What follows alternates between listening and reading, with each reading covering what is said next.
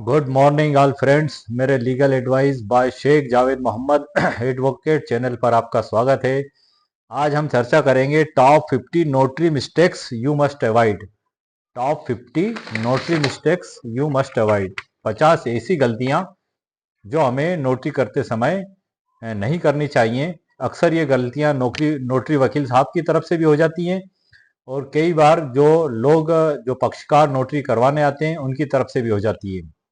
For example, एक short example मैं आपको बता दूं कि यदि कोई व्यक्ति एक एग्रीमेंट करके नोटरी वकील साहब के पास लाया उसको नोटरी करवाने के लिए, लेकिन जानबूझ के वो दो गवाह ऐसे ले आया जो उसके आधार कार्ड जो उसने नोटरी वकील साहब को दिए हैं वो गवाह वो नहीं है।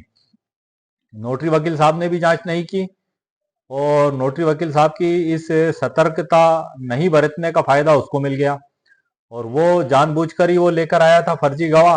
तो इस प्रकार से दोनों पक्षों की तरफ से ये जो एक व्यक्ति के द्वारा फर्जी तरीके से नोटरी करवाने की कोशिश की गई और दूसरी तरफ नोटरी वकील साहब ने ध्यान नहीं दिया तो उसको उसका फायदा मिल गया। तो इस प्रकार की बहुत सी गलतियां हैं जो दोनों पक्षों की तरफ से हो सकती हैं। ये तो जानबूझकर की गई गलती थी, जो सामने वाला व्यक्ति एक फ्रॉड करके आया था और नोटरी वकील साहब से ये गलती हो गई कि वो ध्यान नहीं दे पाए। तो इसी तरीके से नोटरी वकील साहब के द्वारा भी कोई गलती ना हो और सामने वाले व्यक्ति से भी कोई गलती ना हो, इस प्रकार की कुछ 50 गलतियां मैंने तैयार की हैं। सामान्य रूप से एक मैंने कोशिश की आप लोगों के लिए एक जनरल नॉलेज के आधार पे कि एक 50 गलतियां जो हैं यदि हम नोटरी करते समय इनका ध्यान रखेंगे तो हम मुसीबत में भी पड़ने से बच जाएंगे और सामने वाले व्यक्ति का भी नुकसान जो भूलवश हो सकता है वो नहीं होगा, या वो व्यक्ति कोई चालबाजी करके या धोखेबाजी करके दस्तावेज करवाने के लिए नोटरी वकील साहब के पास आया है तो वो भी सफल नहीं हो पाएगा। तो इस प्रकार से ये 50 जो गलतियां, 50 जो मिस्टेक्स हैं जिनको हमें अवॉइड करना चाहिए। और आज का हमारा वीडियो का भी टाइटल सर मैंने यही रखा है, top 50 notary mistakes you must avoid. मतलब 50 ऐसी गलतियां जिनको आपको अवॉइड करना चाहिए। यदि आप इनको अवॉइड करेंगे तो नोटरी में होने वाली गलतियों से आप भी बच सकेंगे, आपका पक्षकार भी बच सकेगा और विधि अनुसार नोटरी निष्पादित हो सकेगी।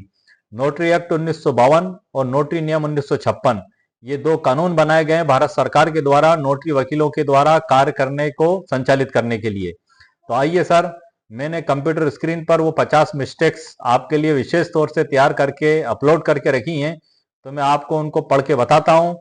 ताकि चूंकि वो मैं मौखिक तौर पे 50 मिस्टेक्स तो बता नहीं सकता सर आपको 1 2 3 करके, इसलिए मैंने एक लिस्ट उनकी तैयार की है और उसको कंप्यूटर स्क्रीन पर मैंने आप लोगों के लिए अपलोड की है। तो मैं उसको आपको बारी से शीघ्रता से पढ़कर बता देता हूं ताकि वीडियो लंबा भी ना हो और आपकी जानकारी में भी इजाफा हो जाए। तो आइए सर, हम चलते हैं। जैसा कि सर आप देख रहे हैं कंप्यूटर स्क्रीन पर 50 नोटरी प्रक्रिया में होने वाली आम गलतियां, ये मैंने सर मेरी कोशिश और मेहनत से आप लोगों के लिए तैयार की हैं और इसको मैंने कोशिश और मेहनत के साथ तैयार किया है। मैं आपको इसको पढ़कर बता रहा हूं। यदि आप लोग नोटरी करते समय इनका ध्यान रखेंगे तो संभव है कि आप उन गलतियों को ना करेंगे। तो आइए सर, हम शुरू करते हैं नंबर 1 से। दस्तावेज को बिना पढ़े हस्ताक्षर करना। नंबर 2 है दस्तावेज पर गलत तारीख डालना। नंबर 3 है सर दस्तावेज की प्रमाणिकता की जांच न करना। नंबर 4 है बिना पहचान प्रमाण के दस्तावेज पर हस्ताक्षर करना। नंबर 5 है दस्तावेज के सभी पृष्ठों को ना पढ़ना। नंबर 6 है दस्तावेज की कागजी वैधता की जांच ना करना। नंबर 7 है किसी को डिजिटल हस्ताक्षर का उपयोग करने देना। अभी डिजिटल लागू नहीं हुआ है सर, तो डिजिटल या हस्ताक्षर ना करने देना। नोटरी प्रमाणन के लिए असत्य जानकारी देना। नंबर 9 है दस्तावेज के बाद में हस्ताक्षर करना। नंबर 10 है सही प्रमाण पत्र का उपयोग न करना। नंबर 11 है नोटरी के समक्ष उपस्थित व्यक्ति की पहचान न करना। नंबर 12 है सर अनाधिकृत व्यक्ति को नोटरी कार्य करने देना। नंबर 13 है गलत दस्तावेजों पर प्रमाण करना। नंबर 14 है दस्तावेज पर गलत जानकारी भरना या उसमें लिखना। नंबर 15 है दस्तावेज पर अनावश्यक संशोधन करना। नोटरी हो गया उसके बाद अनावश्यक संशोधन कर दिए गए। नंबर 16 है हस्ताक्षर से पहले दस्तावेज पर तारीख न डालना। नंबर 17 है हस्ताक्षर करने से पहले दस्तावेज को न समझना। नंबर 18 है सर दस्तावेज में किसी भी प्रकार की गड़बड़ी को नजरअंदाज करना। नंबर 19 है सही दस्तावेज का चयन न करना। नंबर 20 है नोटरी प्रमाणन के लिए सही प्रक्रिया का पालन न करना। और नंबर 21 है किसी दस्तावेज पर नोटरी द्वारा प्रमाणित होने से पहले संशोधन करना। नंबर 22 है सर दस्तावेज की फोटोकॉपी को प्रमाणित करना जबकि मूल दस्तावेज मौजूद हो, ये भी सर 22वें नंबर पे। नंबर 23 है दस्तावेज के साथ सही पहचान प्रमाण प्रस्तुत न करना। नंबर 24 है बिना प्रमाणित किए दस्तावेज को सार्वजनिक रूप से प्रस्तुत करना।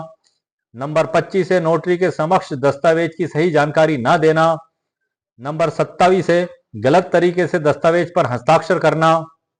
नंबर 28 है दस्तावेज पर अन्य किसी का हस्ताक्षर करने देना, मतलब जो आए लोग हैं उनको ना, जिनके आधार कार्ड आपको दिए गए उनको दस्तखत ना करते हुए किसी अन्य के दस्तखत करने देना। मतलब क्योंकि आप सभी सर नोटरी एडवोकेट्स हैं, आप सभी समझदार हैं, इसलिए मैं इसको पढ़ता जा रहा हूं और इसके अनुमान तो आप लगभग अपने स्तर से समझ ही लेंगे।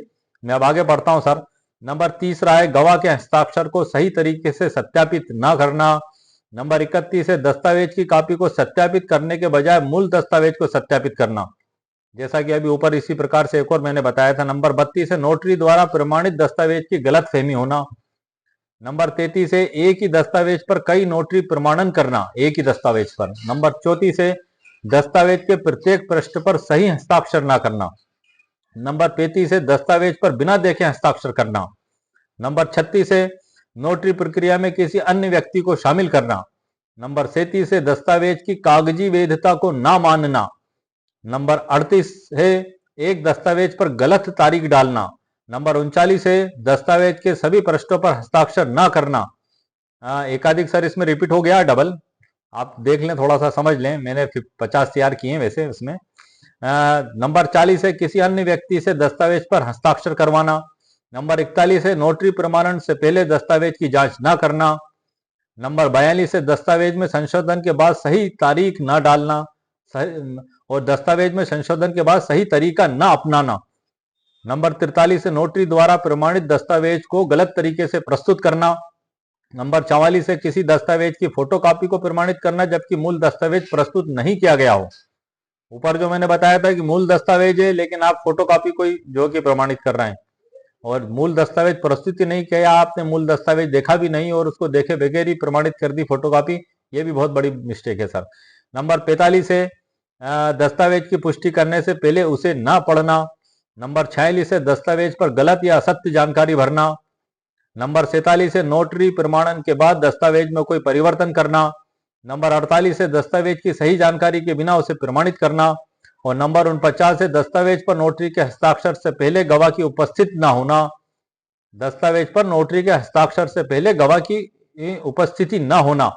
और नंबर 50 है विधि के विरुद्ध बनाए गए दस्तावेज की नोटरी करना, मतलब ऐसे दस्तावेज जो भारतीय कानून में विधि विरुद्ध बताए गए हैं उनको लिख लिया गया और वकील साहब ने उनको नहीं देखा और नोटरी कर दी। उदाहरण के तौर पे आप इसको ऐसे समझ लें, एक अच्छा सा उदाहरण है कि दो चोर आपस में ये अनुबंध करते हैं कि इस मोहल्ले में या इस एरिया में आज की रात मैं चोरी करूंगा और एक दिन छोड़ के आप इसमें चोरी करेंगे, और उसकी नोटरी करवाने में वकील साहब के पास पहुंच जाते हैं। तो सर ये विधि विरुद्ध अनुबंध है। इंडियन कॉन्ट्रैक्ट एक्ट 1872 के तहत ये अनुबंध विधि विरुद्ध है और ये शून्य अनुबंध है। इस प्रकार के अनुबंध ना तो किए जाते हैं ना उनकी नोटरी की जाती है। तो इस एक मैंने उदाहरण देके समझाया था खाली सर आपको कि विधि विरुद्ध अनुबंध की नोटरी नहीं की जाएगी। विधि अनुसार अनुबंध जो भारतीय कानून में जिनको मान्यता है उन्हीं अनुबंधों की नोटरी की जाएगी। तो ये सर कुल 50 तरीके मैंने आपको बताए थे और इसमें इनको कुछ उदाहरण के साथ मैंने डिटेल करके समझाया है। ये तो 50 तरीके मैंने आपको पढ़ के बता दिए, अब इनको कुछ उदाहरण के साथ भी सर मैं आपको बता देता हूं। नंबर 1 देख लेते हैं सर, दस्तावेज को बिना पढ़े हस्ताक्षर करना। उदाहरण, एक व्यक्ति कानूनी अनुबंध पर बिना शर्तों को पढ़े हस्ताक्षर कर देता है जिससे बाद में विवाद हो सकता है। नंबर 2 है दस्तावेज पर गलत तारीख डालना। उदाहरण सर इसका, एक वसीयत में गलत तारीख डालने से उसकी वैधता पर सवाल उठ सकते हैं। नंबर 3 है दस्तावेज की प्रमाणिकता की जांच न करना। उदाहरण सर इसका, नोटरी दस्तावेज की प्रमाणिकता जांचे बिना प्रमाणित कर देता है जिससे धोखाधड़ी हो सकती है। ये उदाहरण के साथ समझा रहा हूं सर, शॉर्ट उदाहरण संक्षिप्त में, ताकि आपको आसानी से समझ में आ जाए। नंबर 4 है पहचान प्रमाण के बिना दस्तावेज पर हस्ताक्षर करना। उदाहरण, एक व्यक्ति पावर ऑफ अटॉर्नी पर बिना पहचान प्रमाण दिखाए हस्ताक्षर करता है। नंबर 5 है दस्तावेज के सभी पृष्ठों को न पढ़ना। उदाहरण, नोटरी केवल पहले पृष्ठ को पढ़ता है जबकि बाकी पृष्ठों पर महत्वपूर्ण जानकारी हो सकती है, जो गलत भी हो सकती है, विधि विरुद्ध भी हो सकती है, जैसा कि मैंने अभी आपको उदाहरण में बताया। नंबर 6 है दस्तावेज की कागजी वैधता को जांच न करना। उदाहरण, नोटरी दस्तावेज की वैधता की जांच किए बिना उसे प्रमाणित कर देता है, वो भी गलत है सर। नंबर 7 है किसी को हस्ताक्षर का उपयोग करने देना। उदाहरण इसका है, नोटरी किसी तीसरे पक्ष को हस्ताक्षर करने की अनुमति देता है, जो गलत हो सकता है। नोटरी प्रमाणन के लिए असत्य जानकारी देना। उदाहरण, एक व्यक्ति झूठा दावा करता है कि वह संपत्ति का वैध मालिक है जबकि वह नहीं है, ये भी सर इसका एक अच्छा उदाहरण है। नंबर 9 है दस्तावेज के बाद में हस्ताक्षर करना। उदाहरण है इसका, व्यक्ति दस्तावेज पर हस्ताक्षर करने के बाद उसे प्रमाणित करता है जिससे दस्तावेज की वैधता पर असर पड़ता है। नंबर 10 है सही प्रमाण पत्र का उपयोग न करना। उदाहरण है इसका, नोटरी पुराने प्रमाण पत्र का उपयोग करता है जिससे दस्तावेज अमान्य हो सकता है। मतलब सीओपी का नवीनीकरण होना आवश्यक है। बिना नवीनीकरण किए कोई भी नोटरी वकील साहब दस्तावेज का प्रमाणन ना करें, क्योंकि नोटरी एक्ट 1952 की धारा 5 के तहत जो है कि सीओपी दिया जाता है, और धारा 9 में बताया गया है कि बगैर सर्टिफिकेट ऑफ प्रैक्टिस दिए कोई भी नोटरी वकील साहब किसी भी प्रकार के दस्तावेज की नोटरी नहीं करेंगे। और यदि इस प्रकार का कार्य करते पाए गए, मिथ्या विप्रेषण देके कोई कार्य करते पाए गए, तो धारा 12 के तहत उसको दंडनीय बताया गया, जिसमें 1 वर्ष की कानूनी सजा का भी प्रावधान है। नंबर 12 है सर अनाधिकृत व्यक्ति को नोटरी कार्य करने देना। एक गैर प्रमाणित व्यक्ति नोटरी कार्य करता है जो कानूनी रूप से अमान्य होता है। नंबर 13 है गलत दस्तावेजों पर प्रमाण करना। उदाहरण है सर इसका, नोटरी उस दस्तावेज को प्रमाणित करता है जिसे प्रमाणित नहीं किया जाना चाहिए था। नंबर 14 है दस्तावेज पर गलत जानकारी भरना। इसका उदाहरण है सर, नोटरी किसी कानूनी अनुबंध पर गलत पता भर देता है जिससे दस्तावेज की वैधता पर असर पड़ता है। ये सर वो मिस्टेक्स हैं, एक जनरल मिस्टेक्स हैं जिसे नोटरी वकील साहब को नहीं करना चाहिए। और कभी सामने वाला व्यक्ति जो नोटरी करवाने आता है, तो नोटरी वकील साहब को इतना जागरूक रहना चाहिए कि वो भी भूलवश कोई गलती ना कर पाए या वो धोखाधड़ी ना कर पाए। मेरा बनाने का भी उद्देश्य और मकसद यही है कि ये 50 गलतियां मैंने तैयार की हैं आप लोगों के लिए, ताकि आप इन मिस्टेक्स को ना करें और आने वाले समय में नुकसान से बच सकें, और आपके पास जो क्लाइंट आता है उसको भी नुकसान से बचा सकें। आइए सर हम अगला पॉइंट पढ़ते हैं, 15वां, दस्तावेज पर अनावश्यक संशोधन करना। उदाहरण है इसका, नोटरी वसीयत में अनावश्यक बदलाव करता है जिससे इसके मूल उद्देश्य में बदलाव आता है, ये नहीं करना चाहिए। 16 है हस्ताक्षर से पहले दस्तावेज पर तारीख न डालना। उदाहरण है, नोटरी दस्तावेज पर तारीख डाले बिना उसे प्रमाणित कर देता है जिससे यह कानूनी रूप से अमान्य हो सकता है। नंबर 17 है हस्ताक्षर करने से पहले दस्तावेज को न समझना। उदाहरण है सर इसका, व्यक्ति कानूनी अनुबंध पर हस्ताक्षर करने से पहले उसकी शर्तों को नहीं समझता, तो ये भी सर गलत हो जाता है। हाँ, इस गलती को नहीं करना चाहिए। 18वां नंबर है दस्तावेज में किसी भी प्रकार की गड़बड़ी को नजरअंदाज करना। उदाहरण है इसका, नोटरी दस्तावेज में टाइपों या अन्य त्रुटियों को नजरअंदाज करता है जो इसकी वैधता को प्रभावित कर सकते हैं। नंबर 19 है सही दस्तावेज का चयन न करना। उदाहरण है सर, व्यक्ति गलत दस्तावेज प्रस्तुत करता है जिसे प्रमाणित नहीं किया जाना चाहिए था। नंबर 20 है नोटरी प्रमाणन के लिए सही प्रक्रिया का पालन न करना। उदाहरण है सर इसका, नोटरी कानूनी प्रक्रिया के बिना दस्तावेज को प्रमाणित करता है जिससे दस्तावेज अमान्य हो सकता है। नंबर 21 है दस्तावेज पर नोटरी द्वारा प्रमाणित होने से पहले संशोधन करना। उदाहरण है, व्यक्ति दस्तावेज पर हस्ताक्षर करने से पहले बदलाव करता है और नोटरी इसे प्रमाणित कर देता है। दस्तावेज की फोटोकॉपी को प्रमाणित करना जबकि मूल दस्तावेज मौजूद ना हो। ये नंबर 22वां है सर हमारा। इसका उदाहरण है, नोटरी दस्तावेज की फोटोकॉपी प्रमाणित करता है जबकि मूल दस्तावेज मौजूद होता है। नंबर 23 है दस्तावेज के साथ सही पहचान प्रमाण प्रस्तुत न करना। इसका उदाहरण है सर, व्यक्ति दस्तावेज के साथ पहचान प्रमाण नहीं दिखाता जिससे प्रमाणन प्रक्रिया प्रभावित होती है। नंबर 24वां है सर, बिना प्रमाणित किए दस्तावेज को सार्वजनिक रूप से प्रस्तुत करना। ये मैंने सर आपको ऊपर जो पहले 1 लगायत 50 पढ़कर बताए थे उन्हीं को उदाहरण के साथ समझा रहा हूं सर, छोटे छोटे उदाहरण, ताकि आपके अंदर कोई कंफ्यूजन और डाउट हो तो वो भी दूर हो जाए। 24वां है सर, व्यक्ति बिना प्रमाणित किए कानूनी दस्तावेज को सार्वजनिक रूप से प्रस्तुत करता है। नंबर 25 है नोटरी के समक्ष दस्तावेजों की सही जानकारी ना देना। उदाहरण, व्यक्ति दस्तावेज पर सही जानकारी देने के बजाय गलत जानकारी देता है। 26वां है दस्तावेज में किसी भी प्रकार के बदलाव को छुपाना। उदाहरण है, व्यक्ति दस्तावेज में किए गए बदलावों को छुपाता है जिससे दस्तावेज की वैधता पर सवाल उठ सकता है। नंबर 27 है सर, गलत तरीके से दस्तावेज पर हस्ताक्षर करना। उदाहरण, इसका उदाहरण सर जो है, व्यक्ति दस्तावेज पर गलत तरीके से हस्ताक्षर करता है जिससे दस्तावेज अमान्य हो सकता है। नंबर 28वां है दस्तावेज पर किसी दस्तावेज पर अन्य किसी का हस्ताक्षर करने देना। इसका उदाहरण है सर, नोटरी किसी अन्य व्यक्ति को दस्तावेज पर हस्ताक्षर करने देता है जिससे दस्तावेज की वैधता पर असर पड़ता है। 29वां है सर हमारा, दस्तावेज पर गलत गवाह का नाम लिखना। उदाहरण है सर इसका, नोटरी दस्तावेज पर गलत गवाह का नाम लिखता है जिससे दस्तावेज की वैधता पर सवाल उठ सकता है।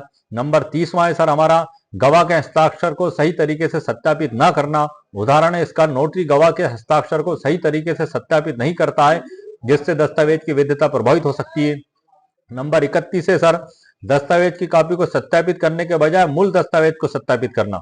उदाहरण है इसका, नोटरी केवल दस्तावेज की कॉपी को सत्यापित करता है जबकि उसे मूल दस्तावेज की सत्यापन करनी चाहिए थी। तो ये हो गया सर। 32वां है, नोटरी द्वारा प्रमाणित दस्तावेज की गलतफहमी होना। उदाहरण है इसका, नोटरी दस्तावेज के कानूनी अर्थ को गलत समझता है जिससे प्रमाणन अमान्य हो सकता है। नंबर 33 है सर, एक ही दस्तावेज पर कई नोटरी प्रमाणन करना। उदाहरण है इसका, एक दस्तावेज पर कई बार नोटरी प्रमाणन किया जाता है जिससे कानूनी भ्रम हो सकता है। नंबर 34 है, दस्तावेज के प्रत्येक पृष्ठ पर सही हस्ताक्षर न करना। इसका उदाहरण है, नोटरी दस्तावेज के प्रत्येक पृष्ठ पर हस्ताक्षर नहीं करता है जिससे दस्तावेज अधूरा हो सकता है। नंबर 35 है, दस्तावेज पर बिना देखे हस्ताक्षर करना। उदाहरण है सर इसका, नोटरी दस्तावेज को बिना देखे हस्ताक्षर कर देता है जिससे दस्तावेज की वैधता पर असर पड़ सकता है। नंबर 36 है, नोटरी प्रक्रिया में किसी अन्य व्यक्ति को शामिल करना। उदाहरण है, किसी तीसरे पक्ष को नोटरी प्रक्रिया में शामिल किया जाता है जिससे प्रक्रिया प्रभावित हो सकती है। नंबर 37 है, दस्तावेज की कागजी वैधता को न मानना। इसका उदाहरण है, नोटरी दस्तावेज की कागजी वैधता को नकारता है जिससे दस्तावेज अमान्य हो सकता है। नंबर 38 है, एक दस्तावेज पर गलत तारीख डालना। उदाहरण है, नोटरी दस्तावेज पर गलत तारीख डालता है जिससे दस्तावेज की वैधता पर असर पड़ता है। नंबर 39 है, दस्तावेज के सभी पृष्ठों पर हस्ताक्षर न करना। उदाहरण है, दस्तावेज के सभी पृष्ठों पर हस्ताक्षर न किए जाने से दस्तावेज अधूरा हो सकता है। मतलब नोटरी वकील साहब को भी दस्तावेज के प्रत्येक पृष्ठ पर हस्ताक्षर करना चाहिए और जो व्यक्ति उनके पास नोटरी करवाने आया है उसको उसके भी दस्तखत उनको प्रत्येक पृष्ठ पर करवाना चाहिए। और नोटरी वकील साहब के सील और जहां जहां लगते हैं नियमानुसार वहां वहां उनके दस्तावेज होना आवश्यक है। 40वां है सर, किसी अन्य व्यक्ति से दस्तावेज पर हस्ताक्षर करवाना। उदाहरण, नोटरी किसी अन्य व्यक्ति से दस्तावेज पर हस्ताक्षर करवाता है जो गलत हो सकता है। नंबर 41वां है सर, नोटरी प्रमाणन से पहले दस्तावेज की जांच। नोटरी प्रमाणन से पहले दस्तावेज की जांच न करना। नोटरी दस्तावेज को प्रमाणित करने से पहले दस्तावेज को भली भांति जांच लेना चाहिए जिससे बाद में समस्याएं उत्पन्न हो सकती हैं अगर आपने उसको जांच नहीं की तो। 42वां, दस्तावेज पर गवाह की उपस्थिति का सत्यापन न करना। उदाहरण है सर, नोटरी गवाह की उपस्थिति की पुष्टि किए बिना दस्तावेज को प्रमाणित करता है जिससे बाद में दस्तावेज की वैधता पर सवाल उठ सकते हैं। नंबर 43वां है, किसी दस्तावेज पर गवाह के हस्ताक्षर को सही तरीके से प्रमाणित न करना। उदाहरण है, नोटरी गवाह के हस्ताक्षर की सत्यता की जांच किए बिना दस्तावेज को प्रमाणित करता है। 44वां, दस्तावेज पर हस्ताक्षर करने वाले व्यक्ति की मानसिक स्थिति का मूल्यांकन न करना। उदाहरण है, व्यक्ति मानसिक रूप से अस्वस्थ है लेकिन नोटरी बिना इस बात की पुष्टि किए दस्तावेज पर हस्ताक्षर करवा लेता है। सर ये भी गलत है, खासतौर से वसीयत में इसमें बड़ी फ्रॉड और धोखाधड़ी होती है कि वसीयतकर्ता मानसिक रूप से विक्षिप्त है, बीमार है और सोच समझ नहीं रखता है। तो ऐसी स्थिति में भी नोटरी वकील साहब को पूरा ध्यान रखना चाहिए और ऐसे फर्जी दस्तावेजों का निष्पादन करने से बचना चाहिए। नोटरी के अलावा एग्रीमेंट में भी हो सकता है सर, एफिडेविट में भी हो सकता है, किसी भी दस्तावेज में हो सकता है कि जो व्यक्ति आपके पास दस्तखत करवाने आ रहा है वो मानसिक रूप से स्वस्थ होना चाहिए। नोटरी वकील साहब की भी जिम्मेदारी है कि वो समझता हो कि दस्तावेज में क्या लिखा हुआ है। नंबर 45 है, दस्तावेज में हस्ताक्षर करने वाले व्यक्ति की उम्र का सत्यापन न करना। उसका उदाहरण है, व्यक्ति की उम्र कम है लेकिन नोटरी बिना उसकी उम्र की पुष्टि के दस्तावेज पर हस्ताक्षर करवा लेता है। जैसा कि विवाह और विवाह विच्छेद से संबंधित दस्तावेजों का तो निष्पादन अब नोटरी वकील साहब के द्वारा नहीं किया जाएगा, पहले किया जाता था। तो उसमें भी कई बार ऐसी मिस्टेक्स आती थी कि 16 साल की जो लड़की है उसका एफिडेविट बना दिया, उसका शादी का सर्टिफिकेट बना दिया। जो है कि 18 साल से कम लड़का है और उनकी भी शादी कर दी, बना दी। तो ये मिस्टेक्स पहले काफी हुई थी और इसके काफी दुष्प्रभाव भी हुए थे। इसमें महिलाओं का और लड़कियों का काफी शोषण हुआ था। इसमें कई एग्जाम्पल्स ऐसे भी देखने में आए थे कि शपथ पत्र पे शादी की और शपथ पत्र पे तलाक भी दे दी और महिला ने 376 की रिपोर्ट लिखा दी। और इस प्रकार से वो जो वकील साहब हैं जिन्होंने नोटरी की थी उन नोटरी किए गए दस्तावेजों को अभियुक्त लेके कोर्ट में जज साहब के सामने पहुंचा कि साहब ये देखें, मैंने इसके साथ कोई भी गलत घटना नहीं की, या कोई भी दुष्कर्म नहीं किया। इसने राजी खुशी से मेरे से शादी की थी और राजी खुशी से मेरे से इसने विवाह विच्छेद किया। तो इसलिए ये ऐसे बहुत से मामले सामने आए थे। इस पे मैंने 2-3 वीडियो पहले भी बनाए, मेरे कम से कम 4 वीडियो हैं मेरे चैनल पर कि नोटरी विवाह वैध होगा। आप उसको देख सकते हैं पूरी डिटेल के साथ। मैंने उन न्याय दृष्टांतों के हवाले से उसमें उल्लेख किया है। ये काफी पुराने वीडियो है मेरे, तकरीबन 3 या 4 महीने पहले मैंने अपलोड किए थे, जो मेरे चैनल पर अपलोड है। उसमें मैंने उन प्रकरण क्रमांकों का भी हवाला दिया है, जज साहब का नाम भी बताया है, पूरे डिटेल के साथ मैंने उसमें घटना का विवरण भी बताया है। आप उसको देख सकते हैं। नंबर 46 है, किसी दस्तावेज पर हस्ताक्षर के बाद उसकी सामग्री में बदलाव करना। उदाहरण, एक व्यक्ति दस्तावेज पर हस्ताक्षर करने के बाद उसमें कुछ बदलाव करता है जिससे दस्तावेज की वैधता प्रभावित हो सकती है। नंबर 47 है, दस्तावेज की फोटोकॉपी को प्रमाणित करना जबकि मूल दस्तावेज उपलब्ध हो। उदाहरण, नोटरी दस्तावेज की फोटोकॉपी को प्रमाणित करता है जबकि उसे मूल दस्तावेज को प्रमाणित करना चाहिए था। नंबर मतलब मूल दस्तावेज तो मौजूद ही है, 50 रुपए का या 500 रुपए का स्टाम्प मौजूद है, और उसको तो उठा के अलग रख दिया और उसकी फोटोकॉपी करवा ली और उसी पे ओरिजिनल दस्तखत लेके उसको प्रमाणित कर दिया। इसके बहुत से अर्थ हो सकते हैं सर, जो मैं उदाहरण में आपको 50 पढ़ के बता रहा हूँ। इसके डिफरेंट तरीके के आपके सोच में उदाहरण हो सकते हैं और ये डिफरेंट प्रकार से आपके द्वारा समझा भी जा सकता है। आप सभी एडवोकेट हैं, आप सभी बुद्धिजीवी लोग हैं, और एक आम व्यक्ति के लिए भी ये काफी लाभदायक है। वो भी उसको जिस प्रकार से चाहे अपनी सावधानी में लेकर उसको समझ सकता है। मेरा बताने का मकसद अलर्ट करना है और सावधान करना है। समझ आपकी है, आप इसको जितना डिटेल से विस्तार से अपने हिसाब से समझेंगे उतना ही लाभ आपको प्राप्त होगा। अगला उदाहरण है, नोटरी दस्तावेज की फोटोकॉपी को प्रमाणित करता है जबकि उसे मूल दस्तावेज को प्रमाणित करना चाहिए था। 48 है, नोटरी द्वारा दस्तावेज पर सही तारीख न डालना। नोटरी दस्तावेज पर तारीख डालने में भूल जाता है जिससे दस्तावेज की वैधता पर असर पड़ सकता है। वसीयत में तो बहुत महत्वपूर्ण है सर, एग्रीमेंट में भी बहुत ही महत्वपूर्ण है, एफिडेविट में भी बहुत महत्वपूर्ण है, मतलब तारीख लिखना तो बहुत आवश्यक है सर। 49 है, दस्तावेज पर हस्ताक्षर करने वाले व्यक्ति का सत्यापन न करना। उदाहरण है, नोटरी दस्तावेज पर हस्ताक्षर करने वाले व्यक्ति की पहचान की जांच किए बिना दस्तावेज को प्रमाणित कर देता है। आईडी प्रूफ देखें सर, आधार कार्ड देखें। आप देखें कि आपके सामने जो व्यक्ति खड़ा है वो आधार कार्ड में जो फोटो लगा हुआ है क्या वही व्यक्ति है? अगर वो कोई अन्य व्यक्ति है तो आप उसको मना कर दें, यही सबसे बड़ी पहचान है। क्योंकि कई बार ऐसा होता है कि वो नाम तो लिख लेते हैं जिस व्यक्ति का एग्रीमेंट के अंदर, और आधार कार्ड किसी और का लेके आ जाते हैं। ऐसी स्थिति में आप जिसका नाम लिखा गया है उसका नाम आप काट के हटवाने का उससे कहें, और कहें कि आप ये दूसरा एग्रीमेंट टाइप करवा के लाएं, और जो लोग उपस्थित हैं उन्हीं लोगों के गवाह में दस्तखत लिखें, उन्हीं के आप रजिस्टर में भी दस्तखत करवाएं और उसी को आप प्रमाणित करें विधि अनुसार, ताकि किसी भी प्रकार के फ्रॉड धोखेबाजी से आप भी बच सकें और आपका जो अनुबंध करता, गृहीता या वसीयत करता या शपथ करता वो भी बच सकें। इसके बाद है सर 50वां, नोटरी द्वारा दस्तावेज पर हस्ताक्षर करने से पहले दस्तावेज की सही जानकारी न लेना। उदाहरण है इसका, नोटरी दस्तावेज पर हस्ताक्षर करने से पहले उनके सभी पहलुओं को समझे बिना उसे प्रमाणित कर देता है जिससे दस्तावेज की वैधता प्रमाणित होती है। तो इस प्रकार से सर ये जो 50 गलतियां हैं जो नोटरी प्रक्रिया में आमतौर से हो सकती हैं, इनसे बचने के लिए नोटरी को हमेशा पूरी जानकारी और सही प्रक्रिया का पालन करना चाहिए। तो ये सर जो 50 गलतियां हैं ये मैंने विशेष तौर से काफी सोच विचार के आप लोगों के लिए तैयार किए हैं, ऑल इंडिया के नोटरी एडवोकेट्स के लिए, कि ये जो 50 गलतियां ही नहीं है, इससे ज्यादा भी हो सकती हैं सर, या इससे कुछ कम भी हो सकती हैं। ऐसा भी हो सकता है कि इन गलतियों में 1 या 2 गलतियां मेरे द्वारा डबल रिपीट हो गई, लेकिन उसका भी कहने का मकसद और आशय कुछ डिफरेंट ही था।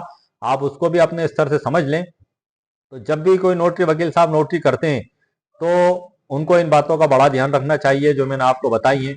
और इसी प्रकार से जो नोटरी करवाने वाला व्यक्ति आता है वो भी कई बार भूलवश सद्भावना में कोई गलतियां कर देता है, तो वो गलतियां भी सर मैंने आपको इसके अंदर बता दी हैं। तो इन गलतियों को यदि आप करेंगे, इन गलतियों से यदि आप बचेंगे तो आप भी मुसीबत में पड़ने से बच जाएंगे और सामने वाले व्यक्ति का भी नुकसान होने से बच जाएगा, और नोटरी भी विधि अनुसार निष्पादित होगी।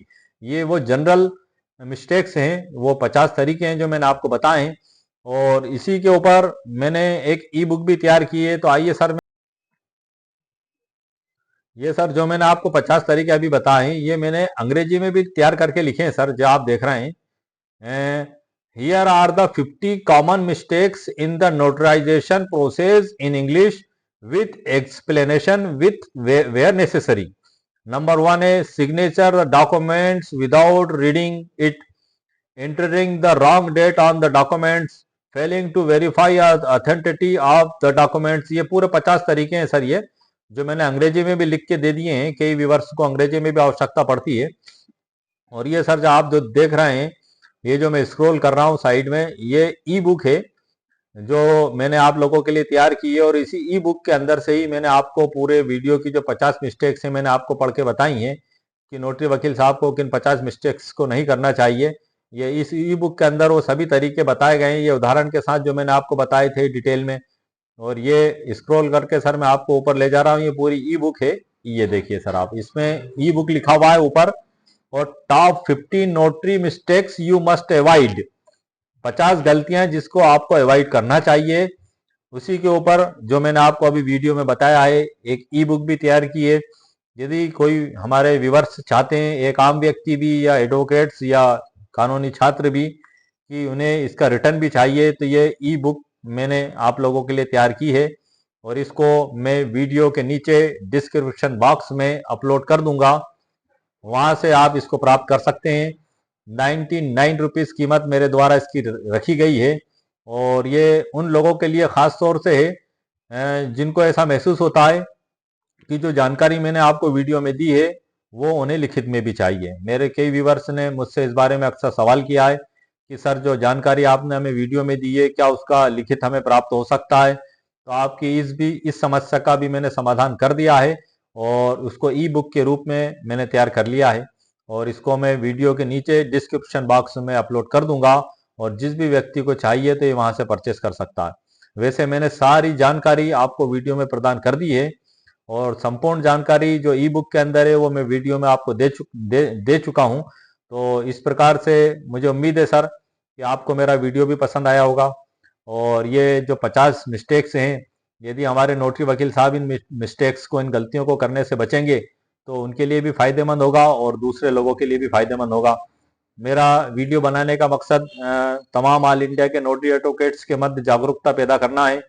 और चूंकि मैंने अभी टॉपिक्स बदल दिया था सर, मैं वसीयत पे और अन्य टॉपिक्सों पे आ गया था, लेकिन मेरे कई व्यूवर्स ने वापस मुझसे सवाल किए, तो उन्हीं के सवाल के जवाब में मैंने दोबारा नोटरी के काफ़ी वीडियो बनाए हैं। और मैं उन व्यूवर्स की कमेंट्स भी ले लेता हूं, उसमें जो व्यूवर्स से सवाल करता है उस कमेंट्स को पढ़ के भी मैं बता देता हूं, और उसी के आधार पे मैं जो है कि वीडियो तैयार कर लेता हूं। तो मेरे तमाम व्यूवर्स के द्वारा काफ़ी अच्छे सवाल मुझसे पूछे जाते हैं, और मुझे जहां तक समय मिलता है, जैसे ही समय मिलता है, मैं आप लोगों की कानूनी समस्या का समाधान करने की पूरी कोशिश करता हूं और करता रहूंगा सर। और मेरे द्वारा जो जानकारी दी जा रही है, उम्मीद है उससे आपकी समस्याओं का समाधान भी हुआ होगा। मध्य प्रदेश में वर्तमान में नोटरी पोर्टल ओपन नहीं हुआ है। मेरे कई व्यूवर्स ने मुझसे सवाल पूछा था।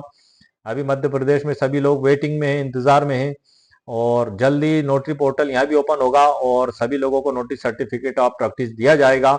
ऑल इंडिया में सर्टिफिकेट ऑफ प्रैक्टिस देने की कार्रवाई वर्तमान में चालू है, लेकिन चूंकि ऑल इंडिया लेवल पर नोटरी वकीलों को सर्टिफिकेट ऑफ प्रैक्टिस दिया जा रहा है, इसलिए इस कार्य को करने में थोड़ा समय लग रहा है। लेकिन धीरे धीरे उम्मीद है कि सभी लोगों को सर्टिफिकेट ऑफ प्रैक्टिस जरूर मिल जाएगा। उम्मीद है सर आपको मेरा वीडियो पसंद आया होगा। मेरे वीडियो को आप लाइक भी करें, शेयर भी करें और सब्सक्राइब भी करें। ओके, शुक्रिया, थैंक यू सर।